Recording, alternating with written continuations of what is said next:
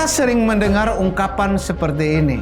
Murid-murid Yesus bukanlah orang-orang yang berpendidikan, mereka orang yang bodoh, tidak mendapatkan pendidikan teologi.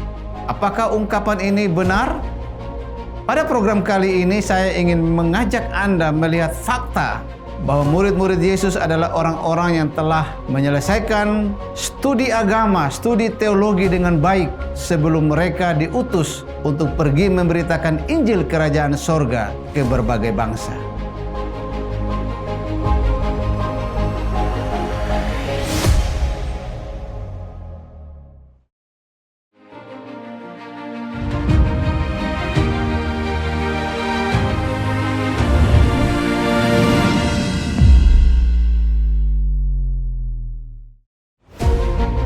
Salam sahabat IKN dimanapun Anda berada. Kita sering mendengar ungkapan seperti ini. Murid-murid Yesus bukanlah orang-orang yang berpendidikan, mereka orang yang bodoh, tidak mendapatkan pendidikan teologi. Apakah ungkapan ini benar? Pada program kali ini saya ingin mengajak Anda melihat fakta bahwa murid-murid Yesus adalah orang-orang yang telah menyelesaikan studi agama, studi teologi dengan baik sebelum mereka diutus untuk pergi memberitakan Injil Kerajaan Sorga ke berbagai bangsa.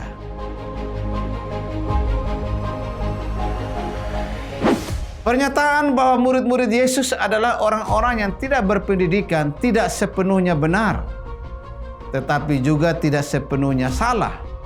Tergantung pada bentuk pendidikan yang dimaksudkan. Sebagai orang-orang Yahudi, pada umumnya semua anak-anak Yahudi telah menerima pendidikan Taurat secara teratur di sinagoge, di bawah bimbingan rabi Yahudi atau para guru agama Yahudi. Sehingga sebagian besar orang-orang Yahudi tentu memiliki pengetahuan dasar agama yang sangat baik. Bagaimana dengan murid-murid Yesus? Kita tahu bahwa murid-murid Yesus berasal dari latar belakang keluarga dan kehidupan yang berbeda-beda. Misalnya Simon Petrus, Andreas, Yakobus, Yohanes berasal dari latar belakang keluarga yang berprofesi sebagai seorang nelayan dari Galilea. Berbeda dengan misalnya Lewi atau Matius adalah pemungut cukai. Simon orang Zelot, mungkin seorang yang aktif dalam politik. Yudas Iskariot yang dipercaya sebagai pengurus keuangan, nampaknya dia memiliki pengetahuan dan kecakapan dalam urusan administrasi dan keuangan. Jadi sebenarnya murid-murid ini bukan orang-orang yang bodoh atau buta huruf, tetapi nampaknya mereka tidak pernah mengikuti pendidikan secara formal dalam bidang agama Yahudi, seperti para ahli Taurat dan imam-imam Yahudi. Di dalam kitab Kisah Para Rasul pasal 4 ayat 13 dikatakan ketika mereka melihat keberanian Petrus dan Yohanes dan mengetahui bahwa keduanya orang biasa yang tidak terpelajar, mereka heran dan mereka mengenal keduanya sebagai pengikut Yesus. Berdasarkan ayat ini kita mendapatkan informasi bahwa Petrus dan Yohanes disebut orang biasa yang tidak terpelajar. Beberapa tafsiran menyebutkan bahwa Petrus dan Yohanes memang tidak memiliki pendidikan agama menurut standar untuk menjadi seorang rabi atau guru agama Yahudi. Dan mengenai hal ini, pemimpin-pemimpin Yahudi dan ahli-ahli Taurat yang ada pada saat itu mengetahui bahwa latar belakang Petrus dan Yohanes sebagai orang yang memang tidak terpelajar secara formal. Dalam pembacaan ini, apa yang membuat murid-murid, khususnya Petrus dan Yohanes, dapat berkhotbah dan mengajar dengan begitu hebat dan penuh keberanian? Di dalam ayat-ayat selanjutnya dikatakan bahwa karena murid-murid ini memiliki hikmat dan kuasa dari Roh Kudus. Dan juga mungkin tidak boleh dipungkiri bahwa hal ini juga nampaknya merupakan buah dari perjalanan studi murid-murid selama 3,5 tahun di bawah asuhan dan bimbingan daripada Yesus. Selama 3,5 tahun murid-murid mendengar Yesus mengajar. Mereka terlibat secara aktif dalam kegiatan pembelajaran bersama Yesus. Mereka menerima ada begitu banyak materi ajar dari Yesus. Seperti pengajaran atau Yesus mengajarkan mereka tentang Allah, tentang Roh Kudus, surga, tentang neraka, tentang kerajaan Allah, tentang akhir zaman. Yesus juga mengajarkan tentang kasih, nilai-nilai moral dan etika Kristen, misi dan penginjilan. Dan mereka juga, para murid-murid ini, mereka belajar dari hidup dan teladan Yesus. Jadi mereka belajar tidak hanya secara teori dari apa yang diajarkan oleh Yesus, tetapi mereka juga langsung mempraktekkan apa yang telah mereka pelajari di dalam kegiatan pelayanan mereka. Jadi memang murid-murid ini berasal dari latar belakang orang-orang yang tidak memiliki pendidikan agama Yahudi secara formal.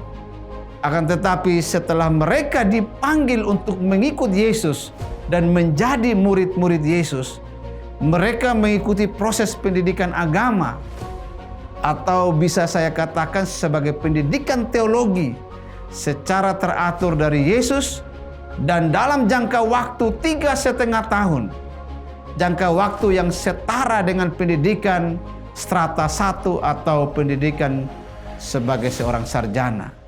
Bahkan dari segi waktu, bisa saja pendidikan murid-murid ini setara dengan pendidikan program magister. Karena murid-murid ini setiap hari dan 24 jam mereka selalu berada bersama Yesus yang adalah pengajarnya. Sebagai pengajar, Yesus memiliki kompetensi yang diakui oleh orang-orang Yahudi pada saat itu.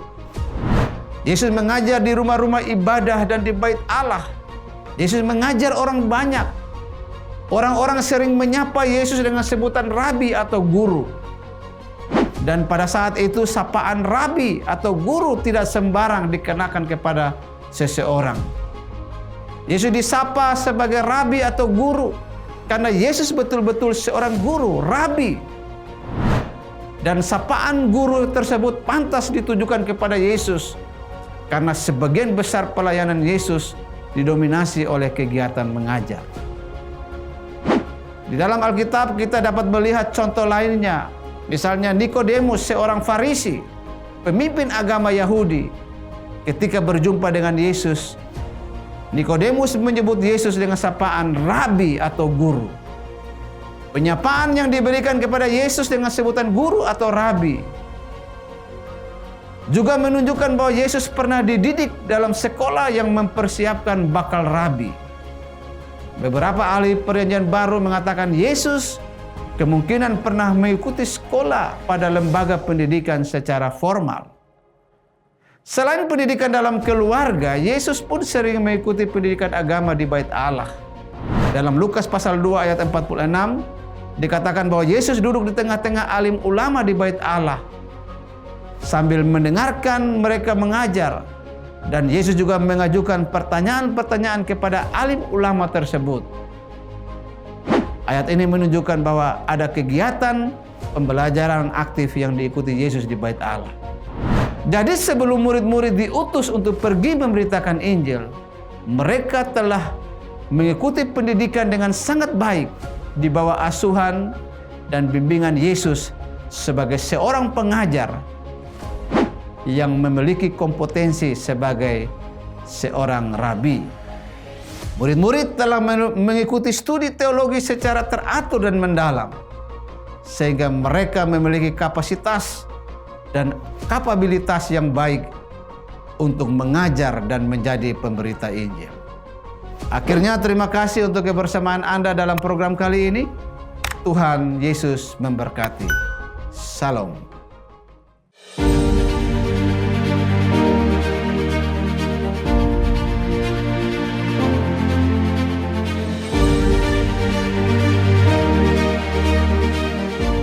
Ikatan Kristen Nusantara adalah komunitas lintas denominasi yang rindu melahirkan generasi Kristen yang maju dan terdepan.